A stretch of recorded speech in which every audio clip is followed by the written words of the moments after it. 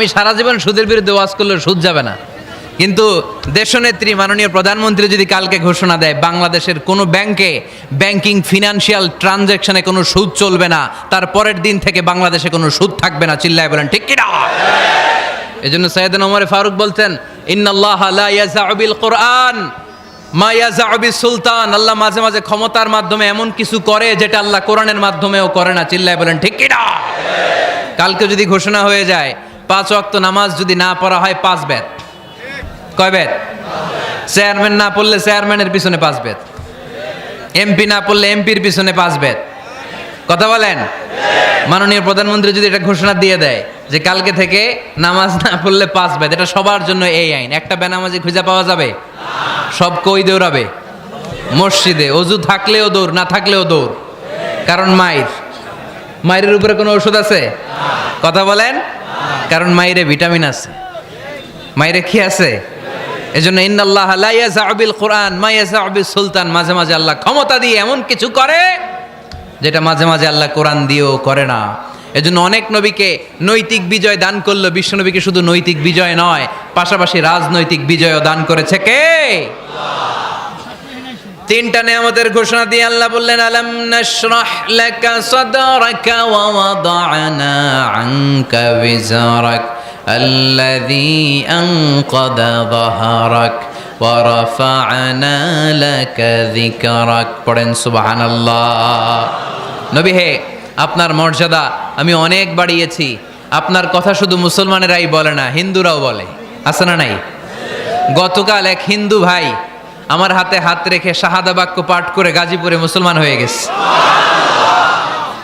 বিশ্বনবীর কথাগুলো যখন তারা শোনে, তারা নিজেদেরকে ধরে রাখতে পারে না। আপনারা মহাত্মা গান্ধীর নাম শুনেছেন? তিনি ভারতের অবিসংবাদিত নেতা। বিশ্বনবীর ব্যাপারে কমেন্ট করেছেন যে এরকম নেতা পৃথিবীতে আর দ্বিতীয়টা কখনো হবে না। মহাত্মা গান্ধী কি মুসলমান না হিন্দু? গোটা বিশ্বের খ্রিস্টানরা বিশ্বনবীকে নিয়ে এখন মাতোয়ারা। মাইকেল এইচ হার্ট, খ্রিস্টান, একটা বই লিখে গোটা বিশ্ব কাঁপিয়েছেন, দি 100 ranking of the most influential people and person in the world. পৃথিবী কাঁপানো 100 জন মনীষীর জীবনী নিয়ে একটা বই তিনি করেছেন। এই 100 জন মনীষীর জীবনীর মধ্যে যাকে নাম্বার 1 তিনি করেছেন, তিনি হচ্ছেন আমার নবী, আপনার নবী, পেয়ারা নবী, বিশ্বনবী মুহাম্মদুর রাসূলুল্লাহ সাল্লাল্লাহু আলাইহি ওয়াসাল্লামের। মাইকেল এইচ হার্ট কি মুসলমান? সে একজন খ্রিস্টান। তার মানে ওয়া রাফা'না লাকা যিকরাক, বিশ্বনবীর সম্মান শুধু আমাদের মুখ দিয়ে প্রচারিত হয় না, ইহুদি, খ্রিস্টান, বৌদ্ধদের মাধ্যমেও বিশ্বনবীর সম্মানকে বাড়িয়ে দিচ্ছে কে? I have studied him, the wonderful man, in my opinion far from being antichrist and he must be called the savior of humanity. খ্রিস্টানরা বলছে আমরা এই মুহাম্মাদের জীবনী গবেষণা করে পড়েছি, তাকে খ্রিস্টান বিরোধী বলা তো দূরের কথা, তাকে মানবতার ত্রাণকর্তা বলতে হবে। তিনি গোটা বিশ্বের জন্য সুপারম্যান হয়ে পৃথিবীতে এসেছে। As a father, as a teacher, as a lawgiver, as a lawmaker, Muhammad is the superman of the world. স্বামী হিসেবে, পিতা হিসেবে, নেতা হিসেবে, নবী হিসেবে মুহাম্মদ ইসলাম সাধারণ কোনো মানুষ নয়, তিনি গোটা বিশ্বের জন্য সুপারম্যান হয়ে পৃথিবীতে আগমন করেছে। ওয়া রাফা'না লাকা যিকরাক। নবী, দুশ্চিন্তা করবেন না, টেনশন করবেন না, আমি আপনার সম্মানকে বাড়িয়ে দেব। এই তিনটা নিয়ামতের বর্ণনা সূরা ইনশিরাহের ভিতরে বর্ণনা করলেন কে? এরপরে রাব্বুল আলামিন বিশ্বনবীকে নিয়ামতের বর্ণনার ঘটনা শুনিয়ে বিশ্বনবীকে সান্ত্বনা বাণী শোনাচ্ছেন আর পড়ছেন, ফা ইন্না মাআল উসরি ইউসরান ইন্না মাআল উসরি ইউসরা। নবী গো, নিশ্চয়ই কষ্টের পরে আছে আনন্দ, দুঃখের পরেই আছে সুখ। কোন সুবহানাল্লাহ। কষ্টের পরে আনন্দ, দুঃখের পরে। The struggle isn't permanent in our life. দুঃখ কষ্ট এটা আমাদের জীবনে পার্মানেন্ট না, এটা সাময়িক। আচ্ছা, আওয়াজ করে উত্তর দেন তো, 1 বছরে কয়দিন আপনাদের ফরিদপুরে? কয়দিন? 365 দিন। গত 365 দিনে না খেয়েছিলেন কয়দিন? 20 দিন, 30 দিন। তার মানে অল্প কিছুদিন না খেয়েছিলাম, সারা বছরই খেয়েছিলাম, ঠিক কিনা? আচ্ছা, তো 365 দিনে অসুস্থ ছিলেন কয়দিন? 4-5 দিন, কিংবা 20 দিন, কিংবা 1 মাস, কিংবা 56 দিন, কিংবা 65 দিন। তার মানে বাকি 300 দিন আরামে ছিলাম কি ছিলাম না? তার মানে আমাদের জীবনে দুঃখ বেশি না আনন্দ বেশি? সুখ বেশি না কষ্ট বেশি? এজন্য আল্লাহ বললেন, খবরদার, মুমিন কখনো হেরে যায় না। মুমিনের হারাবার কিছু নাই। মুমিনের জীবনে যদি আনন্দ আসে, মুমিন শুকরিয়া করে, শুকরিয়া করলে সওয়াব আছে না নাই? আর মুমিনের জীবনে যদি দুঃখ আসে, মুমিন সবর করে, ধৈর্য ধরে, ধৈর্যেও সওয়াব আছে না নাই? তাহলে আমাদের সব দিক দিয়েই তো লাভ। আনন্দের দিনগুলাতে শুকরিয়া করব, আর দুঃখের দিনগুলাতে ধৈর্য ধরবো, দুইটার মধ্যে সওয়াব আছে না নাই? এজন্য বিশ্বনবী বললেন, আজাবান লি আমরিল মুমিন, মুমিনের বিষয়টা খুবই আশ্চর্যের। ফাইন আসাবাতহু সাররাউন শাকারা, মুমিন যদি আনন্দে থাকে সে শুকরিয়া করে, শুকরিয়া করলে লাভ আছে না নাই? ওয়াইন আসাবাতহু দাররাউন সাবারা, আর দুঃখে পড়লে সে সবর করে, ধৈর্য ধরে, ধৈর্য ধরলেও সওয়াব আছে না নাই? তার মানে আমাদের হারাবার কিছু আছে? মাঝে মাঝে আল্লাহ আমাদেরকে দুঃখ কষ্ট দিয়ে পরীক্ষা করতে চান, এগুলো আমাদের জন্য খারাপ নয়। এই দুঃখ কষ্ট বিপদ আমাদের কোমরকে সোজা করে, আমাদের পায়ের মাটিকে শক্ত করে, চিল্লায় বলেন ঠিক কিনা? প্রতিকূল পরিবেশে কিভাবে বাঁচতে হয় এই দুঃখ কষ্ট আমাদেরকে শিখায়। এজন্য মুমিন বান্দার বৈশিষ্ট্য হচ্ছে দুঃখ কষ্ট বেদনা জ্বালা এগুলোতে সে আপসেট হয় না, সে হাল ছেড়ে দেয় না, সে ভরসা রাখে একজনের উপর, চিল্লায় বলতে হবে তিনি কে? আল্লাহ। কারণ মুমিন জানে রাত্রি যত গভীর হয়, অন্ধকার তমানিসা ভেদ করে সুবহে সাদিক হয়। মুমিন জানে গর্ভবতী নারীর পেটের ব্যথা যেই দিন বাড়তে থাকে, ওই দিনই নতুন মেহমান আগমনের সময় ঘনাতে থাকে। মুমিন জানে তার জীবনে দুঃখ কষ্ট বিপদ যত বাড়তে থাকে, সুখের দিন কাছে আসতে থাকে।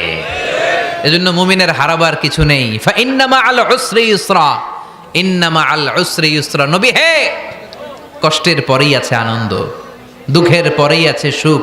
আপনি সমস্যায় পড়েছেন, ওই সমস্যার সমাধানও আছে না নাই? এই পৃথিবীতে এমন কোন সমস্যা আছে যেটা সমাধান নাই? কথা বলেন। সমস্যা তৈরি করেছে কে? আবার সমাধানও দিয়েছে কে? Allah doesn't create a lock without its key. Allah কখনো চাবি না বানাইয়া ওইটার তালা বানায় নাই। কথা কন। তালাও যেহেতু আছে, ওই তালার চাবিও বানিয়েছে কে? মা আনজালাল্লাহু দাআন ইল্লা আনজালাল্লাহু লাহু শিফা। আল্লাহ দুনিয়ায় এমন কোন রোগ পাঠায় নাই যেই রোগের ঔষধ বানায় নাই, এমন কোন রোগ নাজিল করে নাই যেই রোগের কোনো চিকিৎসা বানায় নাই, হয়তো সেটা আবিষ্কার হয় নাই। অনেকে ক্যান্সারের কথা বলতে পারেন যে হুজুর ক্যান্সার এমন রোগ, এই ক্যান্সার তার নাই কোনো অ্যান্সার, কিন্তু বিজ্ঞানীরা বলতেছে এটারও অ্যান্সার আবিষ্কৃত হচ্ছে। সুবহানাল্লাহ কইবেন না? কিছু কিছু ক্ষেত্রে হয়েও গিয়েছে। এজন্য দুঃখের পরেই আছে সুখ, কষ্টের পরেই আছে আনন্দ। এই দুনিয়াটাই এরকম, কষ্টের পরই আনন্দ। দেখবেন তারাবির নামাজ 20 রাকাত পড়তে কষ্ট লাগে না? কোমরে ব্যথা, হাঁটুতে ব্যথা, কিন্তু 20টা রাকাত যখন শেষ করে মসজিদ থেকে বের হই, একটা আনন্দ আছে না নাই? কষ্ট করে পরীক্ষার জন্য প্রিপারেশন নিলেন আপনি কয়েক মাস, কিন্তু ফলাফল যখন ভালো হয় তখন একটা আনন্দ আছে না নাই? সারাদিন রোজা রাখলেন রমজানে, কি কষ্ট, তৃষ্ণায় গলা ফেটে যায়, কিন্তু ইফতারির সময় যখন রুহাবজা শরবতটা খাই, কেমন লাগে? একটা আনন্দ আছে না নাই? এজন্য আল্লাহ বললেন فإن مع العسر يسرا إن مع العسر يسرا। ও নবী, কষ্টের দিন মক্কায় অল্প কিছু দিন, মদিনাতে আনন্দের দিন অপেক্ষা করছে। আমাদের জীবনে যদি দুঃখ কষ্ট আসে, আমরা ধৈর্য ধরবো, তাওয়াক্কুল করবো একজনের উপর, তিনি কে? কারণ আমরা বিশ্বাস করি কষ্টের দিন এটা চিরকালের জন্য নয়, সামনে আনন্দের দিন আমাদের জন্য সেট করে রেখেছে কে? তাহলে আমরা সূরাতুল ইনশিরাহ থেকে 3টা নেয়ামতের বর্ণনা শুনলাম, বিশ্বনবীকে কি সান্ত্বনা দেয়া হলো সেটা শুনলাম। এবার 2টা গাইডলাইন শুনে তাফসীর আমরা শেষ করব। শুনতেছেন? কষ্ট হচ্ছে তো উঠা বসা করতেছেন কেন? উঠলেন কারা কারা? শেষ করে দিব? দোয়া করে দেই। কি গাইডলাইন দিলেন শুনবেন? কে কে শুনবেন না হাত তোলেন।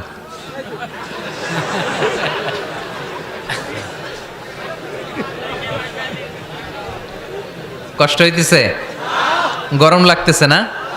আমিও ঘামতেছি আপনাদের সাথে সাথে। অনেক গ্যাদারিং হয়ে গেছে। আসেন আল্লাহর নামে 3টা তাকবীর দেই, তারপর কোন 2টা গাইডলাইন তিনি বিশ্বনবীকে দিলেন ওই নির্দেশনা বাণীটুকু শুনে আজকে আমরা বিদায় নেব। আওয়াজ করে পড়তে হবে লিল্লাহে তাকবীর,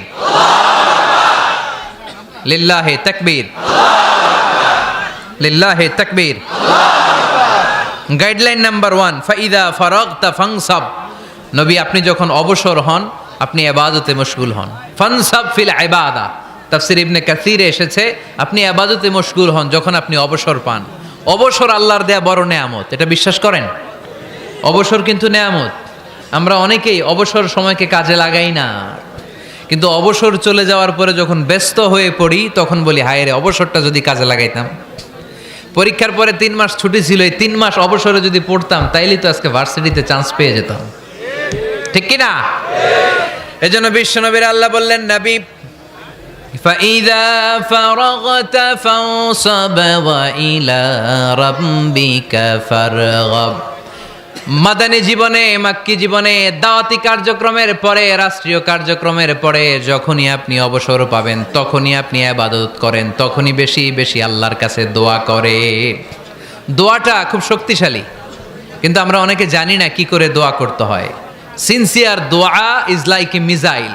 আপনারা প্রায় পত্রিকায় শুনবেন আমেরিকা অমুক দেশে মিসাইল হামলা করেছে, শুনছেন? মিসাইল হামলা এমন হামলা, কত সেন্টিমিটার বেগে যে কোন জায়গায় অ্যাটাক করবে, যেখানে মারার কথা ওখানে পড়বে। ঠিক দোয়াটা হচ্ছে মিসাইলের মতো। আপনি যদি দোয়ার মতো দোয়া করতে জানেন, ওই দোয়াটাও জায়গা মতো যে ভেদ করবে। চিল্লা এখন ঠিক কিনা? কিন্তু আমরা দোয়া করতে জানি না, কি করে দোয়া করতে হয় এটা জানি না। বিশ্বনবীকে আল্লাহ বললেন, নবী ফাইদা ফারাগতা ফানসাব, যখন আপনি অবসর হবেন তখন আপনি দোয়া করেন, আল্লাহর কাছে চান। বেশি বেশি চাইলে খুশি হয় কে?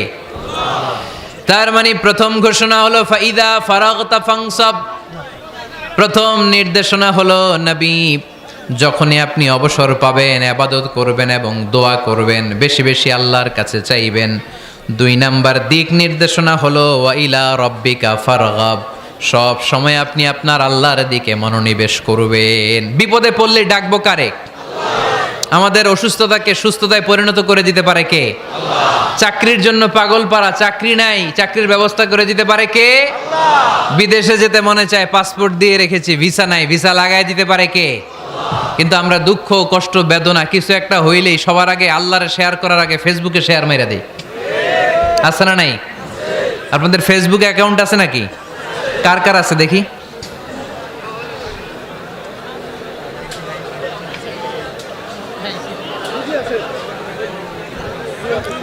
আছে আছে। এটার জন্য আমরা ভালো কাজে লাগাই, ঠিক কিনা?